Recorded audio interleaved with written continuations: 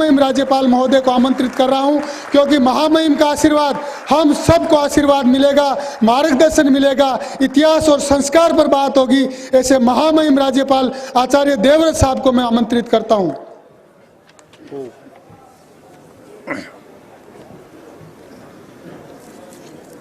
हमारे बीच में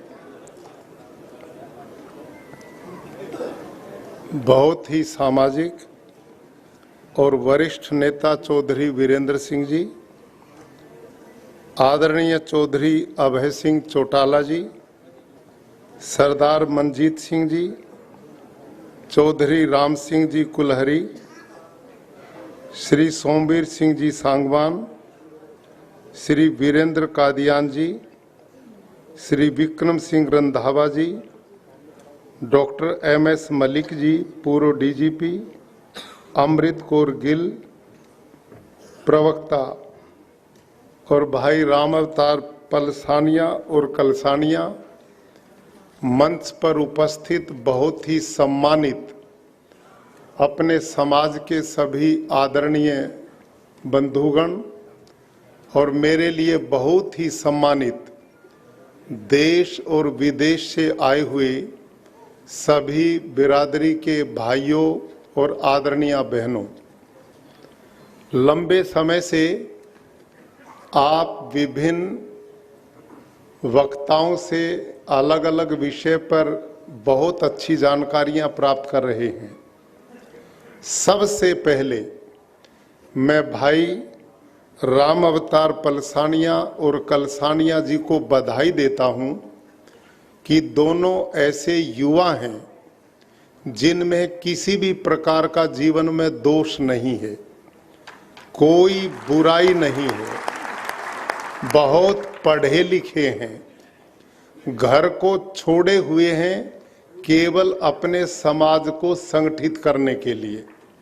और इसके लिए मैं चौधरी राम सिंह जी को भी बधाई देता हूं, जो इन दोनों को अपना आशीर्वाद देकर और इस कौम को संगठित करने और आगे बढ़ाने के लिए अपना आशीर्वाद देते रहते हैं। भाइयों और बहनों, मैं अनुभव कर रहा हूं, वक्ता बहुत हैं और विषय कोई भी अपना पूरा नहीं कर पाता। आप भी बीच में से कई बोल रहे थे, 2 मिनट में क्या होगा, लेकिन इस मंच की एक मजबूरी है, समय थोड़ा है, वक्ता ज़्यादा हैं, बात बहुत कुछ बताना चाहते हैं, लेकिन स्थिति तो मेरी भी वही बनेगी जो पहलों वालों की है। पर मैं एक निवेदन जरूर आप लोगों से करना चाहूँगा, लंबी बात न करते हुए।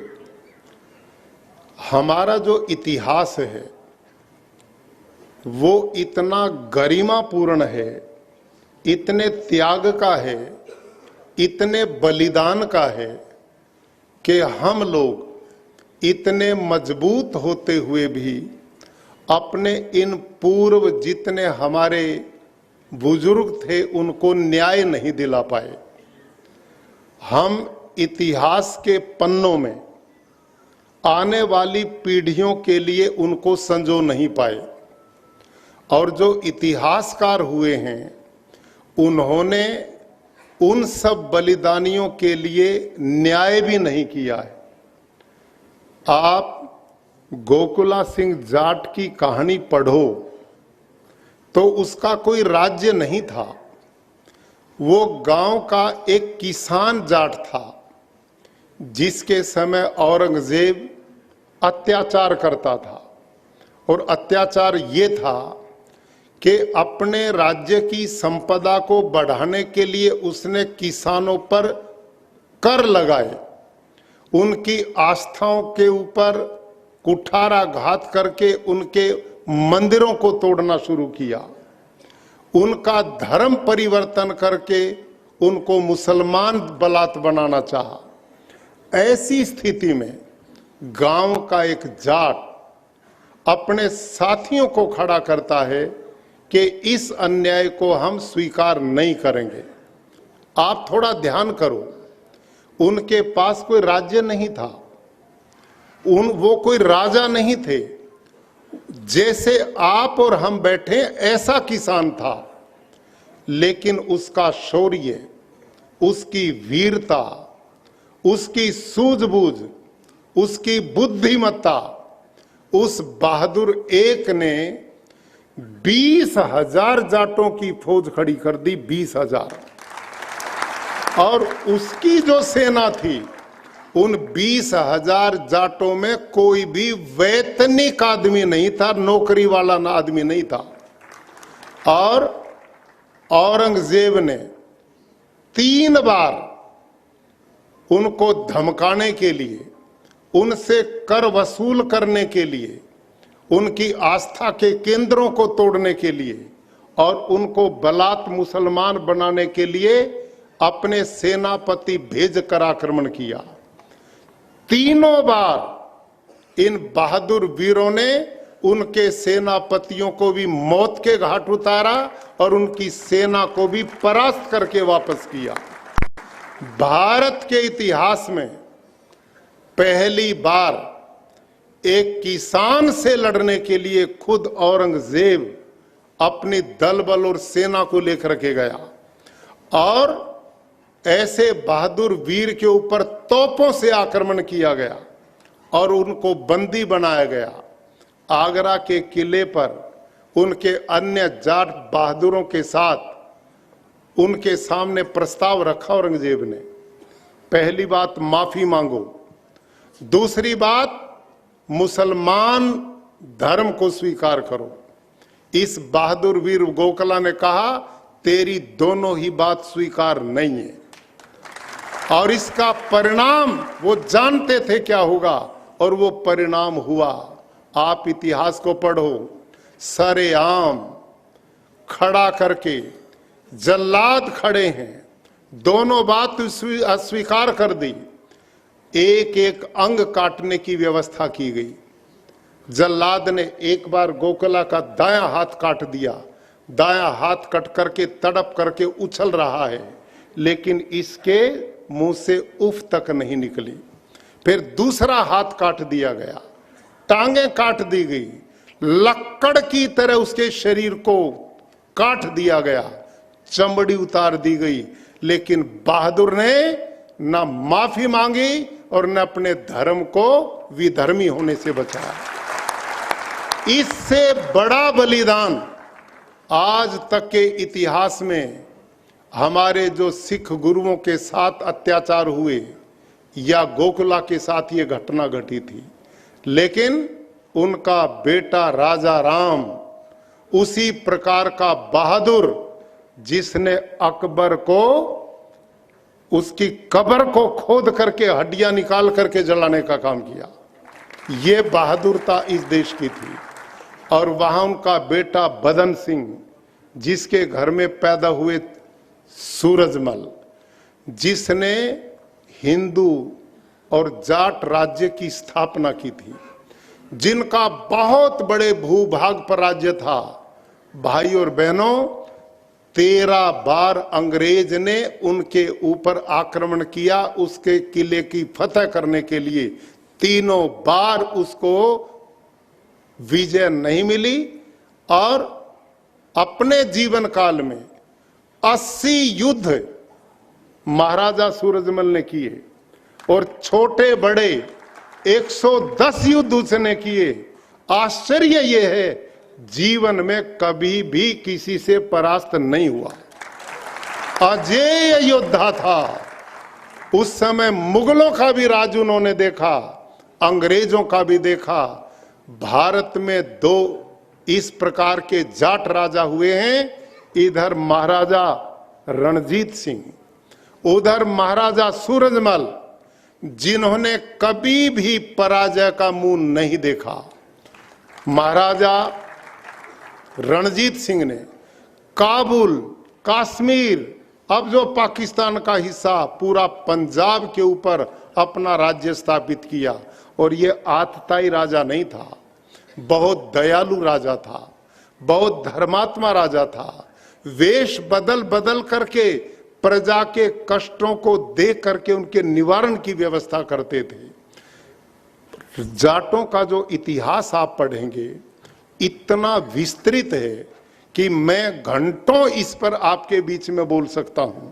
एक घटना आप इनके त्याग की, जिस समय औरंगजेब के द्वारा गुरु तेग बहादुर का सिर उतार दिया गया तो उस सिर को लेकर के कुछ सिख बंधु अमृतसर की ओर दौड़ पड़े, लेकिन पीछे पीछे मुस्लिम सेना भी पीछे दौड़ पड़ी। दिल्ली से निकलकर नाहरी गांव है सोनीपत में, उसमें से गांव बसा था गढ़ी, जीटी रोड के पास 20 किलोमीटर दूर दिल्ली से।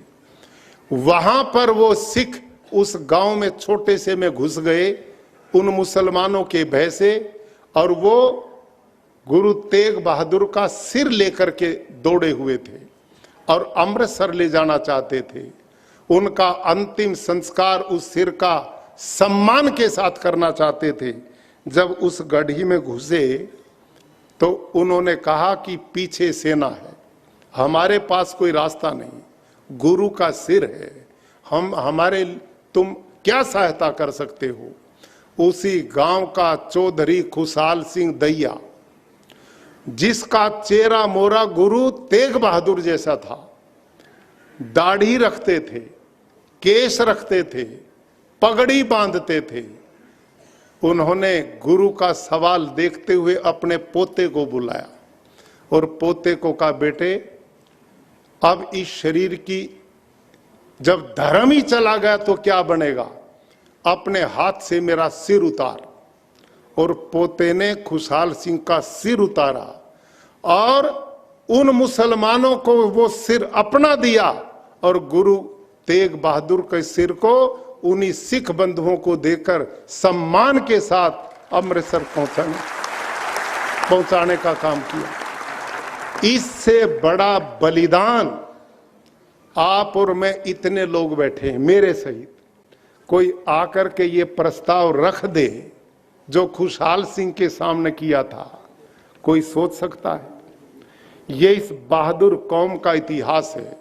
और एक दो नहीं, इस कौम ने केवल अपने लोगों के कल्याण की बात नहीं सोची, अपितु 36 बिरादरी, पूरी मानवता, पूरे समाज को संगठित करके हमारे बहादुर लोग चले हैं। महाराजा नाहर सिंह, जिसके उप सेनापति कौन थे? गुलाब सिंह सैनी।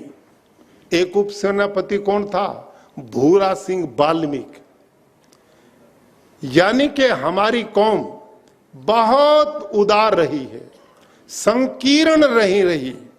जो एक नारा है ना भारत की संस्कृति का, अयम निजः परोवेति गणना लघु चेतसाम उदार चरिता नाम तु वसुधैव कुटुंबकम। ये नारा यदि किसी कौम ने व्यवहार में चरितार्थ किया तो वो आपकी कौम है, जिसने ये मेरा है, ये तेरा है, ये अपना है, ये पराया है, इससे बाहर निकल करके सभी को दिलों पर राज किया। बहुत दुनिया के इतिहासकारों ने जाट के गुण और विशेषताएं लिखी हैं। अब मैं वही कहने लगूं तो यहां बहुत समय लगेगा। उन्होंने जाट का गुण पता क्या लिखा है? जाट वो जो उदार है, जो संकीर्णता से दूर है, जिसको प्यार करके उसका सब कुछ लिया जा सकता है, लेकिन धमका करके वो उल्टा तेरा ही इलाज कर सकता है। ये जाट के गुण लिखे उन्होंने। और जाट के बारे में लिखा है कि जाट स्वभाव से न्याय प्रिय है, स्वभाव से ही वो बुद्धिमान है, स्वभाव से वो दयालु है, स्वभाव से वो फूल की तरह कोमल है और दुष्ट के ऊपर वो वज्र की तरह प्रहार भी करना जानता है। उसमें नम्रता सौम्यता का अभाव नहीं और उसमें वीरता का भी अभाव नहीं। इस प्रकार का जाट के बारे में लिखा है। जाट स्वभाव से पाखंडी हो ही नहीं सकता, न वो पाखंड को स्वीकार कर सकता है और इसका बहुत ज्वलंत प्रमाण मैं आपको दे रहा हूं। गुरु जम्बेश्वर इस धरती पे आए, उन्होंने पर्यावरण की रक्षा का काम किया, पेड़ बचाने का काम किया, जीव जंतुओं की रक्षा का काम किया। उसके पीछे सबसे ज्यादा कोई लगे तो कौन लगे? जाट लगे, और उसको अनुयायी उसके बन करके रह गए। पंजाब जो है ना पूरा का पूरा, ये जो पंजाबी में जट कह दो और हिंदी में जाट कह दो, एक ही बात है। ये सारे जाट थे। इनके साथ जब तरह तरह के अंधविश्वास पाखंडों में इनको डालने की कोशिश की गई तो ये इससे ऊब गए, और गुरु नानक साहब ने बड़ा सरल सा रास्ता देने का रास्ता अपनाया, तो ये सारे उनके अनुयायी बन गए। और ध्यान करो, स्वामी दयानंद सरस्वती गुजरात में पैदा हुए और उनका कार्य क्षेत्र हरियाणा रहा, पंजाब रहा, पश्चिमी उत्तर प्रदेश रहा, राजस्थान रहा। इन जाटों ने एकदम उनके अनुयायी बनकर के बहुत बड़ी संख्या में उनका रास्ता अपनाने का काम किया। ये जो महापुरुष है ना, जितने भी, चौधरी चरण सिंह, चौधरी देवीलाल जी, चौधरी बंसीलाल जी और चौधरी छोटू राम, चौधरी मातूराम, ये जितने भी लोग उस समय के थे, ये सब स्वामी दयानंद के परम शिष्य बन गए थे। और इन्होंने पाखंड से हटकर ये जो गुरुकुल परंपरा चली ना हरियाणा, यूपी, पूरे उत्तर भारत में, ये सारी की सारी जाटों के द्वारा चलाई गई। और जितनी शिक्षा का प्रचार हुआ उत्तर भारत में, ये स्वामी दयानंद की प्रेरणा से जितने ये जाट स्कूल खुले, जाट कॉलेज खुले, जाट संस्थाएं बनी, ये सारे काम इन्होंने कहां से किए? क्योंकि ये स्वभाव से प्रगतिशील कौम है, स्वभाव से ये प्रगति को प्यार करती है, अन्याय को स्वीकार करती नहीं और अंधविश्वास को मानती नहीं। ये स्वाभाविक गुण है। और इसका एक दोष बताया, और वो दोष क्या बताया? कि जाट को जाट मारे या मारे करतार। ये है प्रोग्राम। यदि तुम यो एक काम छोड़ दो ना, तो थारे जैसा धरती पे कोई आदमियों में प्राणी नहीं है। किसी महापुरुष ने लिखा है कि ये जाट कौम, ये यूरोप के महापुरुष ने लिखा है कि हमने इनको नजदीक से देखा है, यदि ये जाट कौम संगठित हो जाए ना, इनमें एकता हो जाए, तो ये सारी दुनिया पर राज कर सकती, सारी दुनिया पर। ये बात लिखी हमने नहीं, औरों ने लिखी, दूसरों ने। ये वीर है, धीर है, गंभीर है, बुद्धिमान है, सरल है, तपस्वी है। लेकिन सबसे बड़ी दिक्कत यह है कि जहां चौधर का सवाल आया, भाई का भी उसने भी ऊंग दे, देर नहीं लगाता है। ये चीज हमने बदलनी पड़ेगी। अब देखो, थोड़ी सी बात मैं आपको वेदों की बताता हूं। वेद जो है ना, दुनिया के सबसे आदि ग्रंथ है, ईश्वरीय ज्ञान मानते हैं। उन्होंने उसमें लिखा एक संगठन सूक्त। वो कौम, वो परिवार, वो समाज, वो देश हर समय उन्नति करेगा जिसमें ये गुण हो। और वो क्या है? इसने सीख लो बस। और वहां लिखा है, संगच्छध्वम संवदध्वम संभो मनानसी जानताम देवा भागम यथा पूर्वे संजाना न उपासते। जाटो, ये उपदेश है भगवान का कि तुम आपस में मिल करके रहना सीखो, मिल करके वार्तालाप करना सीखो, मिल करके एक दूसरे के सुख दुख के साथी बनो, मिल करके एक दूसरे की भावनाओं का सम्मान करने की आदत करो। दुनिया में अमरता का ये रास्ता है। और वहां दूसरी बात क्या लिखी है? समानी प्रपा सवोन भागा समाने योक्त्रे सेवु युनजमी, कि वो कौम आगे बढ़ेगी जिसमें कैसे एकता हो। जैसे रथ होता ना, रथ, उसमें कमानी लगी होती है और रथ पे वजन हो, तो क्या तरीका होता है? पहला वजन पड़ेगा ऊपर की कमानी पे तो दूसरी संभालेगी, जो 2 पे पड़ेगा तो तीसरी संभालेगी, और जब 3 पे पड़ेगा तो चौथी संभालेगी, और जब चारों मजबूत हो जाएंगी तो रथ ने गंतव्य स्थल पे ले जाएंगी। जिस कौम में ये संगठन हो कमानी की तरह, एक दूसरे की मदद करो, एक दूसरे का सम्मान करो, एक दूसरे को आगे बढ़ाने की सोचोगे, तो हम अपने लक्ष्य की प्राप्ति की ओर बढ़ेंगे।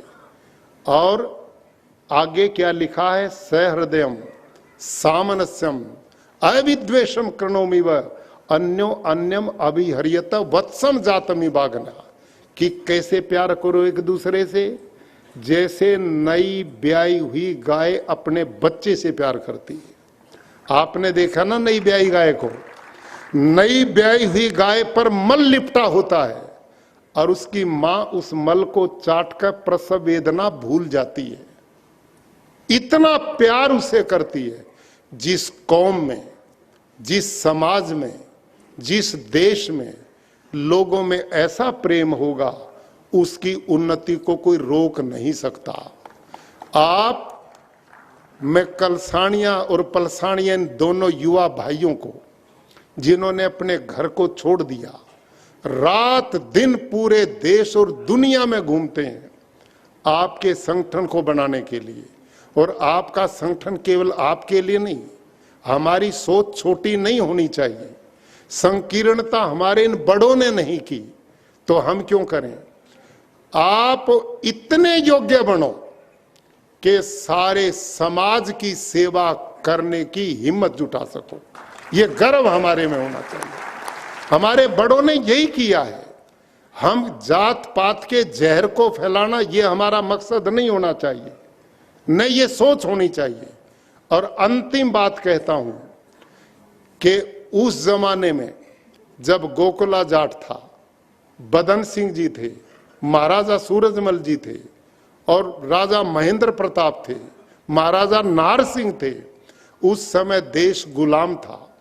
पहले मुसलमानों का, मुगलों का गुलाम था, फिर अंग्रेजों का गुलाम था, लेकिन आज देश गुलाम नहीं है। आज भारत में लोकतंत्र है, आज भारत हम सब का सांझला है। अब हमने उन नीतियों को बदलना पड़ेगा। वो उस समय मसल युग था, उस समय सीधी तलवार खड़ग बजाने का युग था। आज जमाना चौधरियों बदल गया, आज बुद्धि का जमाना है, आज अकल से काम लेने का युग है। तुम पहले भी खुंडा बजाते थे और अब भी बजाने पे जुट रहे हो, इससे बदल लो। आप समझो मेरी बात को, प्यार से निवेदन है मेरा। चौधरी छोटू राम ने 3 बात कही थी, तुम 2 बताओ, तीसरी नहीं बताते। उन्होंने 3 बात कही थी कि एक तो किसान तू बोलना सीख ले, और एक अपने दुश्मन और मित्र की पहचान सीख ले, और तीसरा उसने कहा था सत्ता के साथ लाके फायदा उठाना भी सीख ले।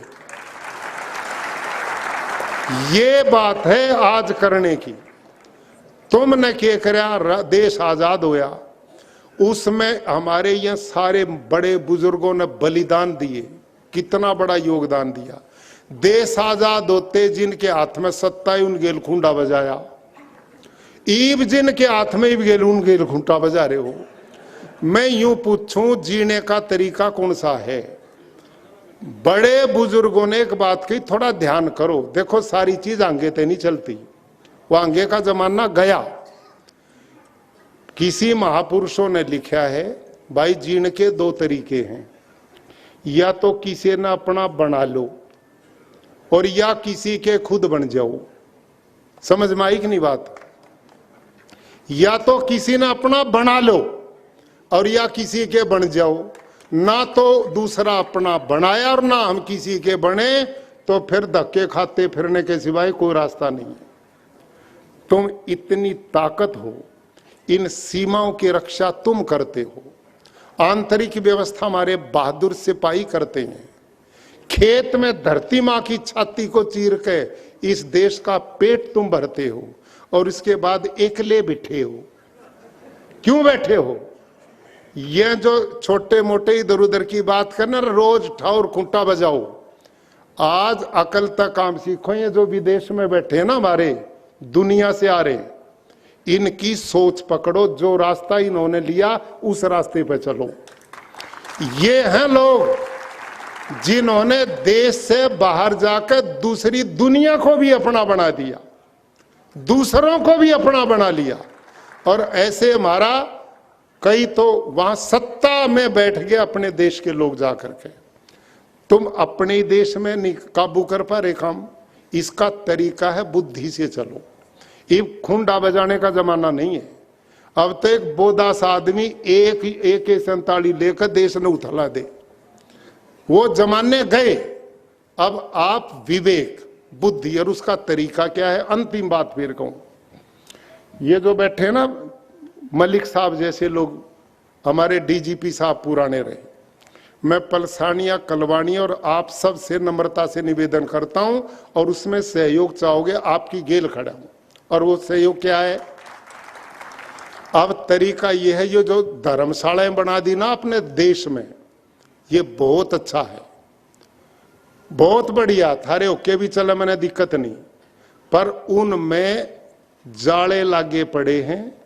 वहां पर ऐसे सेंटर बनाओ जिसमें आने वाली पीढ़ियों के लिए कोचिंग सेंटर चलने चाहिए आपकी। उसमें आपके बच्चे सिविल सर्विसेज की तैयारी करें, आपके बच्चे कौशल विकास की तैयारी करें। आज स्टार्टअप इस देश में 1 लाख जवान बन गए। इस कौम में इतनी बुद्धि क्षमता है, इस कौम के बच्चों में अपार योग्यता है काम करने की। ये तपस्वी हैं, ये 24 घंटा काम कर सकें, ये बिना खाए काम कर सकें, ये धूप की परवाह नहीं करते, इन्हें ऐसी नहीं चाहिए। ये तो कौम ऐसी है। इनको तरीका क्या है कि हम सेंटर बनाएं जहां जहां भी हमारी ये धर्मशालाएं, और उस पूरे इलाके के बच्चों के लिए जिन पे धनपति हैं, हमारे विदेशी बड़े बहादुर हैं, ये हमारे लिए ये भी जुटाएंगे। और भारत में भी धन की कमी नहीं, हमारी कौम में बड़े मजबूत हैं। उनको संगठित करो, एक एक सेंटर पकड़ो, वहां पर बच्चे हमारे IAS बने, IPS बने, HCS बने, सेना के अधिकारी बने। अरे मैं एक छोटा सा गुरुकुल चलाऊं कुरुक्षेत्र में, इस 1 साल में, इसी साल में मैंने 10 बच्चे तो लेफ्टिनेंट बना दिए, और 8 बच्चे हमारे IIT में गए, 4 बच्चे IIM में गए, 21 बच्चे NIT में गए। अब वह बच्चे बेरोजगार रह सकेंगे? एक जगह की बात है ये। तुम ये काम करो, आज के जमाने का ये काम है, बच्चों को शिक्षित करो। और जो वो सेंटर चलें उनमें तुम एक ऐसे आदमी भी लगाओ जो बड़े बुजुर्ग हों। उन बच्चों में केवल पढ़ाई नहीं, हमारे से पहले भी कई लोगों ने कहा, उनको संस्कारित करो, उनमें अच्छे गुण दो। इस कौम की आज दुर्भाग्य है, बड़ी बदनामी होती दिल्ली के पास कि इनने उसका प्लाट कब्जा लिया, ये एक गैंग तैयार हो गया, इनने उसकी हत्या कर दी, आज वो जेल में पड़े हैं, वह 10 कट्ठे गुंडे हो गए। अरे ये इस कौम का इतिहास नहीं, हमारे बुजुर्गों का। हमारा इतिहास है संस्कार का। हम तो औरों के लिए हमने बलिदान दिए हैं, हमने औरों को मार के अपना सुख प्राप्त नहीं किया। हमने तो मजबूरी में यूं मारे थे कि वो हमने दुखी करे थे। हमने कभी किसी को दुख नहीं दिया इस कौम के लोगों ने। ये बड़ी दयालु है। तो आप पूरी ताकत इस बात पे लगाओ कि आने वाली पीढ़ियों को शिक्षित करो। कौशल विकास का युग है, उनको कारोबार करने के धंधे सिखाओ। ये जो बेरोजगारी है ना, आप नहीं सोचो केवल नौकरी तक पूरी हो जाएगी। सारी धरती पर नौकरी कहाँ से मिलेगी, क्यों नहीं सोचते आप? मैं गुजरात में हूँ इस टाइम, और मैं वहाँ के उन पटेलों को देखता हूँ। वो पटेल और हमारा जाट एक जैसे ही हैं। वो भी खेती करें और हम भी खेती करें। वो पटेल नौकरी करते ही नहीं, वो कहे हम नौकरी नहीं करें, हम तो नौकरी देवेंगे, ये सोच है। और वो एक दूसरे की हेल्प करते हैं। उन्होंने बिजनेस के अंबार खड़े कर दिए। सूरत में जितना हीरे का व्यापारी है वो सारा पटेल है, और उनमें एक भी 10वीं पास नहीं है, एक भी 10वीं पास नहीं। पुराने जो सारों का इतना बड़ा बिजनेस उन्होंने वहां खड़ा कर दिया। क्यों? बस आपस में मदद करते हैं। अब उन्होंने क्या काम किया मेरे रहते हुए, गुजरात में 4 जगह 250-250 करोड़ रुपए के चारों कोनों पे उन गुजरातियों ने सेंटर बनाए हैं। और वो क्या सेंटर हैं? वही है जो मैंने कहा। ये क्या सेंटर हैं? जितने गांव के बच्चे हैं और आगे बढ़ना चाहते हैं उनको वहां पर कोचिंग सेंटर चलाते हैं, उनको विदेश भेजने के लिए, उनके कौशल विकास के लिए, सिविल सर्विसेज के लिए सारी सुविधाएं बच्चों को देते हैं। अब वो बच्चों ने रोजगार मिलेगा तो वो उल्टे काम भी नहीं करेंगे। और वहां पर उनके धर्म गुरु आते हैं, अच्छे अच्छे संस्कार भी देते हैं। वहां जिम लगा रखे हैं, शारीरिक मेहनत करते हैं। तो अपने बच्चों को संस्कारित करना और उनको एजुकेशन, केवल कल्याण आज के जमाने में कोई कर सकती, वो शिक्षा है, शिक्षा है, शिक्षा है। और इसमें काम करना, ये हमारे जिम्मेदार जो मंच पर लोग बैठे हैं, बैठ के किसी दिन इस भीड़ की बजाय एक मीटिंग अलग करो और इसकी योजना बनाओ कि इन धर्मशालाओं में हम कैसे इनका उपयोग बच्चों की शिक्षा में कर सकते हैं, आने वाली पीढ़ियों के निर्माण में कर सकते हैं। इन्हीं शब्दों के साथ मैं पुनः भाई कलसानिया, पलसानिया, चौधरी राम सिंह और आप सबको आज के इस आयोजन की बधाई देता हूं। संगठित हो, मजबूत हो। और नंबर 2 अंतिम, भाई सारा देश अब हमारा है, सारे देश की जनता के हम भाई हैं। इसमें अलग अखाड़ा खड़ा करके अपनी समस्या पैदा नहीं, अपितु एक परिवार ये देश हमारा है।